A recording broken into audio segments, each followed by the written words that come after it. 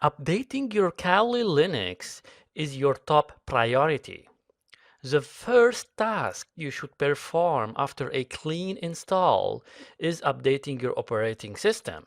Advanced Packaging Tools, or APT, extends the functionalities of Debian packages by searching repositories and installing or upgrading packages along with all the required dependencies. Let's start with the update command first. Now open your console and write the following command. This command is used to resynchronize the local package index files with their source as defined in the sources.list file. The update command should always be used first before performing an upgrade or a distribution upgrade. Next, we need to upgrade Kali by issuing the following command. The "-y" option proceeds with the installation without the hassle of writing yes every time I've been asked for it.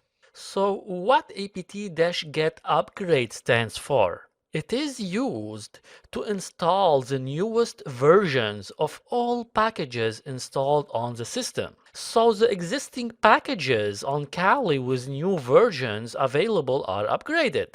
Important to note that the upgrade command will not change or delete packages that are not being upgraded, and it will not install packages that are not already present.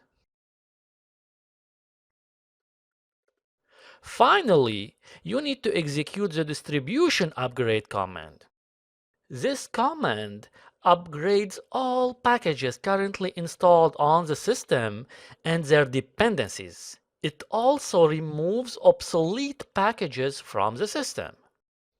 The next thing I need to do is to reboot my machine.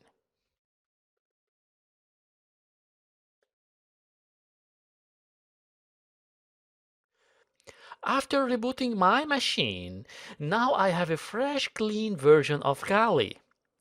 Because you are going to use the update commands more often, I want to show you how to combine the three commands together in a script. Then you can run it every time you need to update your Kali system. Using LeafPad, create a new file. First, open your console.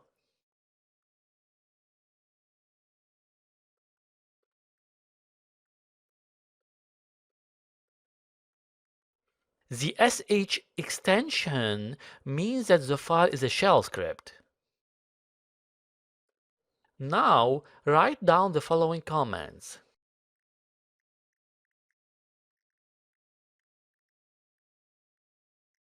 Now save and close. Next, you need to give yourself permissions to execute this file. Let's see if it works. Awesome! Our script is now up and running. Every time you want to install a new package, you should run the following command. We will see this command a lot in the upcoming sections. To list the Debian packages installed on your machine, you would run the following command. There's a bunch of them, but if you want to know if a specific tool is already installed, you can filter the results by adding the grep filter. I'm using the zip package filter for the sake of this example. Now, to show a full description of a package and identify its dependencies, run the following command. And finally, to remove a package from Kali, you should execute the following command.